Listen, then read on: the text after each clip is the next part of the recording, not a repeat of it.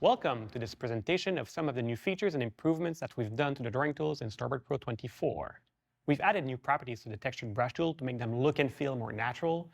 We've added new symmetry guides to mirror your strokes as you draw them. And the pencil tool now has variable opacity that can be controlled using the pressure in your stylus. Let's take a look. We've added new properties to the textured brush tool to control the count of each tick marks as you draw, the random X and the random Y offset. Let's take a look at the count here. If I select a brush like this and add a little bit of random angle, as I draw, you can see that the tip is drawn multiple times at each mark. The random offset X will spread the marks along the line, and the random offset Y will spread them on each side. Now, if I tweak those a little bit like this, reduce the hardness, reduce the size, add a little bit of transparency as well, and reduce the spacing, I could create a whole new brush that looks and feels a lot more natural. With these new properties, we've created a 4B and 6B pencil, which are great for sketching.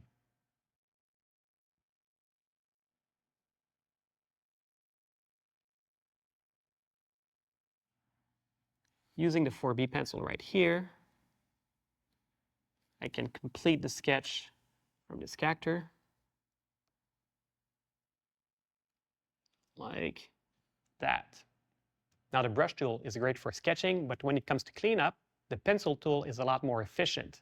And now that the pencil tool has variable opacity, you have the efficiency of the pencil tool, but the look and feel of the brush tool. Let's take a look. In the pencil tool properties, we've added the maximum opacity and the minimum opacity to control the amount of opacity that's applied as I draw with my stylus. If I draw a brush line next to it, you can see it's a lot more difficult to tell the difference between the pencil line and the brush line. The pencil strokes that I made have a much more natural look than what we had when we didn't have the variable opacity. Now let's take a look at the final sketch. We wouldn't be able to tell the difference between brush and pencil strokes on that drawing. We've also added new symmetry guides that mirror the strokes as you draw them. Let's take a look.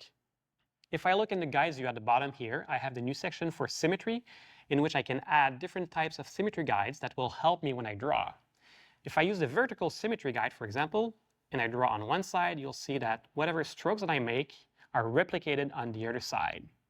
These guides are really handy when you need to quickly sketch a new character or add elements to your backgrounds.